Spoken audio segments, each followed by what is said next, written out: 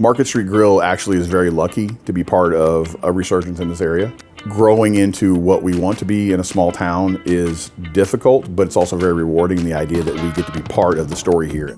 I've been in restaurants since I was 18. One of the first kitchens I worked in was mostly all True equipment, actually. We never had problems.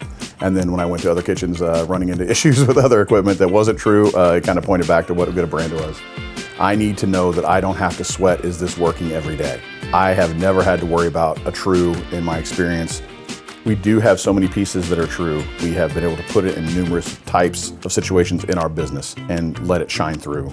The 93-inch prep table, it's huge. It holds tons of food. I have not run into a beast that is that dependable and that usable in a long time in a kitchen. Those bar units have been fantastic for us. We've been putting them to test and they've been holding up like troopers, no problem. I think the things that'll make us successful through the years is dependability. We need to be here and we need to be good and we need to be consistent, very much like what True is for us as a brand. It's something that we don't have to worry about if it's going to be there when we need it.